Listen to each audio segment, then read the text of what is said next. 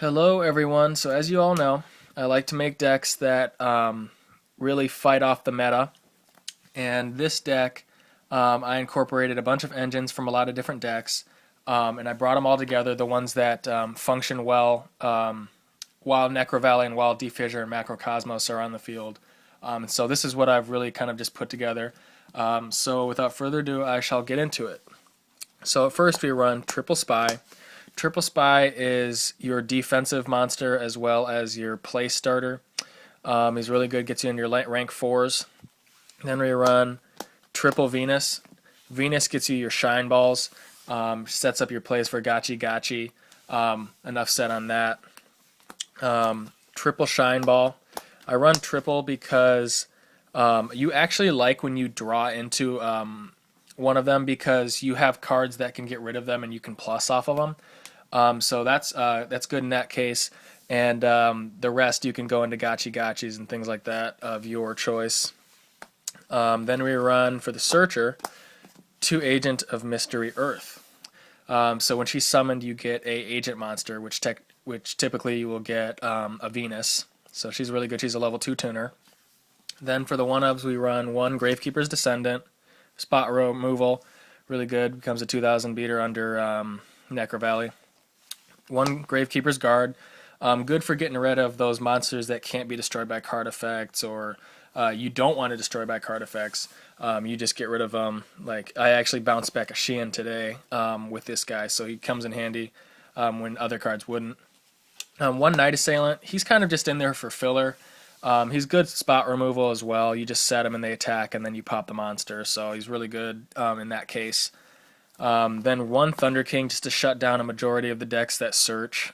He's really good for stopping special summons, which also comes in handy. And he's a good beater.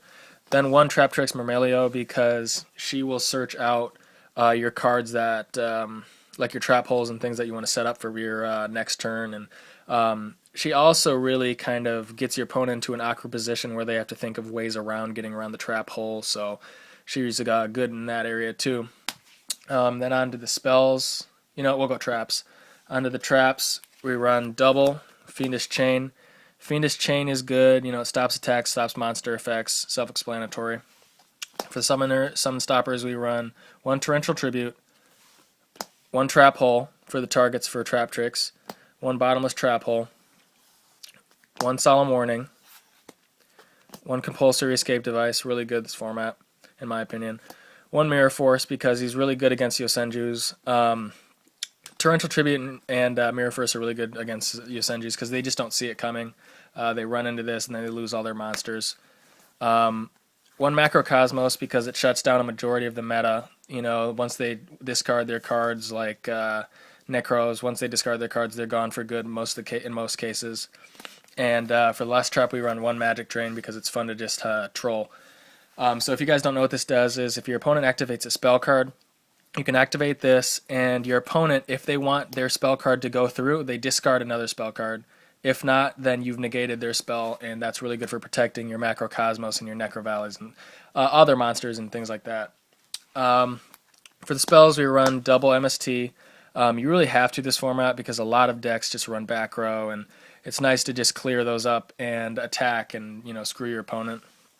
Then Double Lance. Double Lance is monster protection as well as during the damage calculation. For the draw power, Pot of Greed.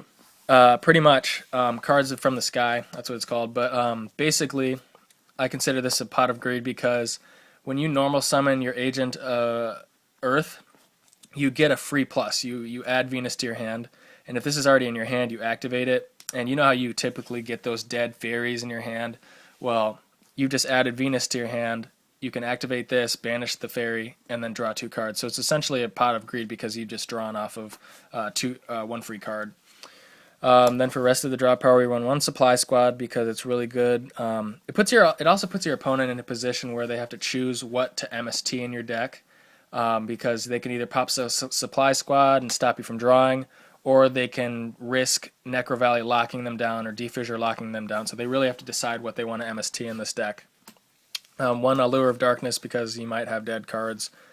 1 Dark Hole, 1 Regeki, Staples, One-dimensional fissure stops a lot of decks these days. I've actually activated this, and a lot of people have actually quit. Same with macros. Same with Vanity's Emptiness. It's just madness. One Necro Valley. One is really all you need. I find that more than one just gets cloggy. This is just for if you don't have Defissure or Macrocosmos out. It boosts your Gravekeepers, and like I said, they don't typically destroy this because they want to worry about your other cards. But yeah, it's really good in that case. One Book of Moon staple. One creature swap. It's fun to give them your shine balls, and then you take one of their monsters that they put in work to get on the field. Well, actually, or they probably didn't put in work since, that's Yu-Gi-Oh! Nowadays. But, yeah, it's just fun to take their monsters. And along with that, we have one Snatch Steal. Because, again, this card just wins games. Okay, I'm just going to say that about it. And I know a lot of people say that, but it just literally wins games. And then onto the side deck, I ran 2 Vanity's Emptiness. Like I said, you activate this. Necroths, I've actually had them quit. I actually activated this and a Thunder King, and they couldn't do squat, so they ended up scooping. Then I run 1 Wiretap for those pesky decks with a lot of traps. Again, for a lot of traps, we run 1 Eradicator Epidemic Virus because he's really easy to go into in this deck. You can go into like Key Beetles, you can go into like level 8 Synchros that are dark, and it's just fun to pick at your opponent's hand. If you know that they're running a chunk of spell or trap cards, you can just have faith that those will all be discarded. It's really awesome against heroes because they play a majority of spells. Then 1 MST, the third one. Double Forbidden Chalice for when you may have a problem with Shaddolls, but that's pretty much never. 1 Swords of Concealing Light because, again, it's fun to troll. And basically, if you don't know what this does, it's like a Book of Moon, and it makes all your opponent's monsters face down for 2 turns, and they can't flip them back up. 1 Trap Eater, because people think they can sit on Skill Drain. In reality, they can't. 1 Grand Mole, because he's trolly. 1 Gravekeeper's Nobleman. Usually I side this guy in for more consistency when I'll go against decks that aren't really hurt by Macrocosmos, so he just sets up more plays. Then we run 2 Doom Calibers. And that's pretty much the deck. I'm not going to go into any extra deck or anything like that just because it's a matter of personal preference.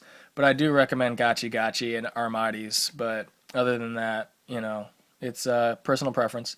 But yeah, if you guys like this video, go ahead and give it a thumbs up. Comment your thoughts.